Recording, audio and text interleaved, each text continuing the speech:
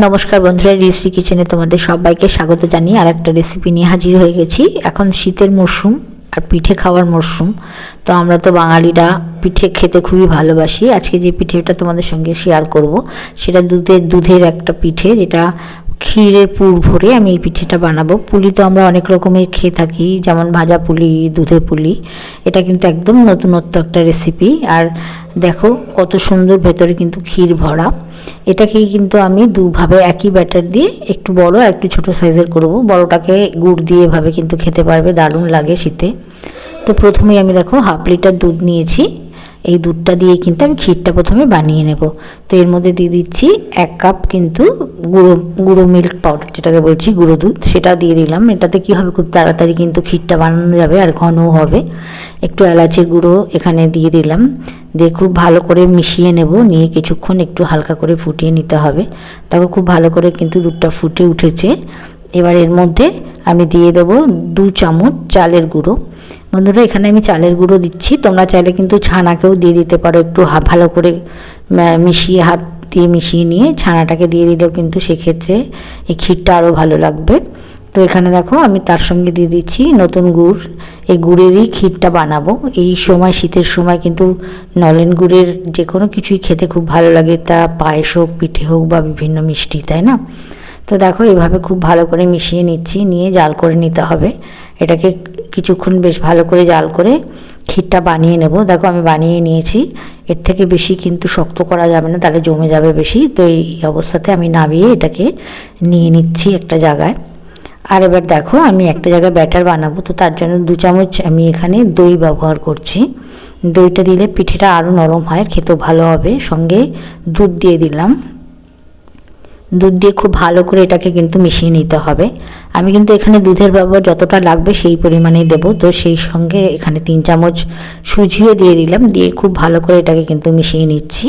একটু ভালো করে মিশিয়ে নিয়ে এর মধ্যে আমি 1 কাপ চালের গুঁড়ো দিয়ে দেবো। এটা আমি আতপ চালের গুঁড়ো নিয়েছি। বাজারের চালের গুঁড়ো যেটা কিনতে পাওয়া যায় আমি সেটাই নিয়েছি, আমি ঘরে কিন্তু বানাইনি। তো এইভাবে ভালো করে মিশিয়ে নিয়ে এর সঙ্গে পরিমাণ মতো দুধ দিয়ে কিন্তু একটা ব্যাটার বানিয়ে নেব।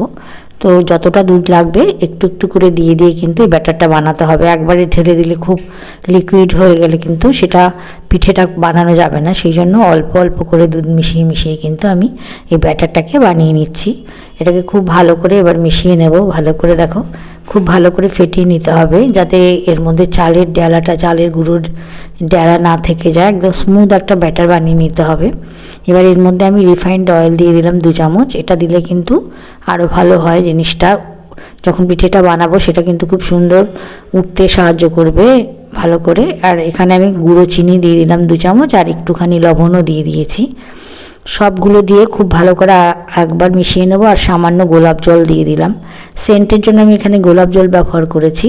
এখানে 10 মিনিট রেস্টে রেখে দিয়েছিলাম ব্যাটারটাকে। দেখো 10 মিনিট বাদে এবার এর মধ্যে দিয়ে দিচ্ছি বেকিং সোডা 1/2 চামচ, দিয়ে এটাকে খুব ভালো করে মিশিয়ে নেব। দেখো ব্যাটারটা কিন্তু আমার রেডি হয়ে গেছে। এবার একটা আপাম প্যান নিয়ে নিয়েছি, এর মধ্যে তেল ব্রাশ করে নিচ্ছি। তোমাদের কাছে যদি আপাম প্যান না থাকে তাহলে তোমরা যে কোনো বাটির মধ্যে, ছোট ছোট ডিশের মধ্যেও কিন্তু এভাবে বানিয়ে নিতে পারবে। তো দেখো আমি অল্প অল্প করে প্রথমে দিয়ে দিচ্ছি, পুরোটা ভরবো না, কারণ এর মধ্যে তো ক্ষীরের পুরটা দেবো সেই কারণে। তো অল্প অল্প করে কিন্তু আমি ক্ষীরের পুরগুলো এর উপরে দিয়ে দিচ্ছি। আর এরভাবে দিয়ে তার উপরেও কিন্তু আমি আবার অল্প করে ব্যাটার দিয়ে এটাকে ভরে দেবো এইভাবে। সেই জন্য আমি পুরোটা প্রথমে দিইনি। তো দেখো এক এক করে আমি সবগুলো কিন্তু দিয়ে দিয়েছি।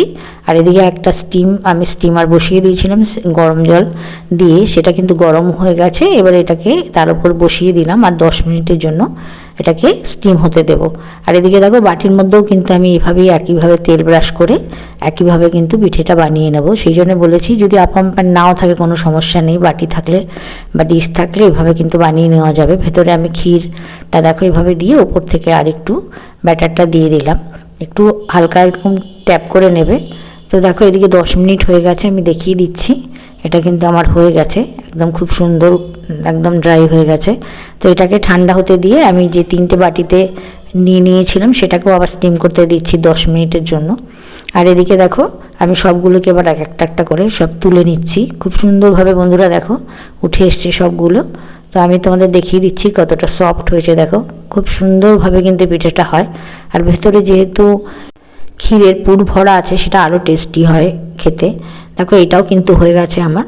আবার এটাকেও তুলে নিচ্ছি একটা ছুরির সাহায্যে, খুব আস্তে করে এরকম সাইডটা ছাড়িয়ে নিলে কিন্তু খুব অনায়াসে কিন্তু উঠে আসবে।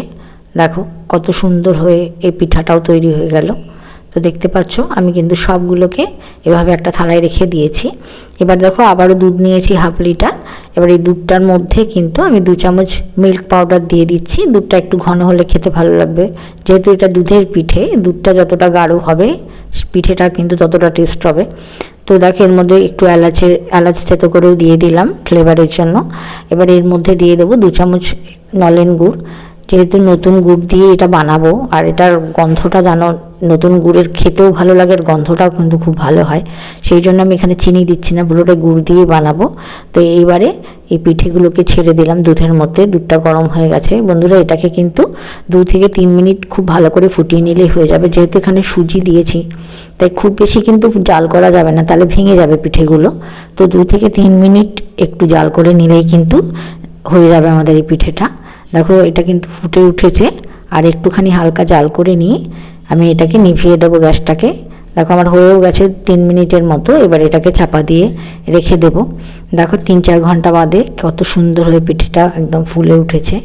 এই শীতের পিঠেটাকে অবশ্যই একবার বাড়িতে বানিয়ে দেখো, খেতে কিন্তু খুব ভালো লাগে। ভিডিওটা ভালো লাগলে অবশ্যই একটা লাইক করো, আর আমার চ্যানেলটাকে সাবস্ক্রাইব করবার অনুরোধ রাখছি। আবার দেখা হবে আর একটা নতুন রেসিপি নিয়ে আগামী পর্বে। আজকের মতো বিদায় নিচ্ছি, নমস্কার।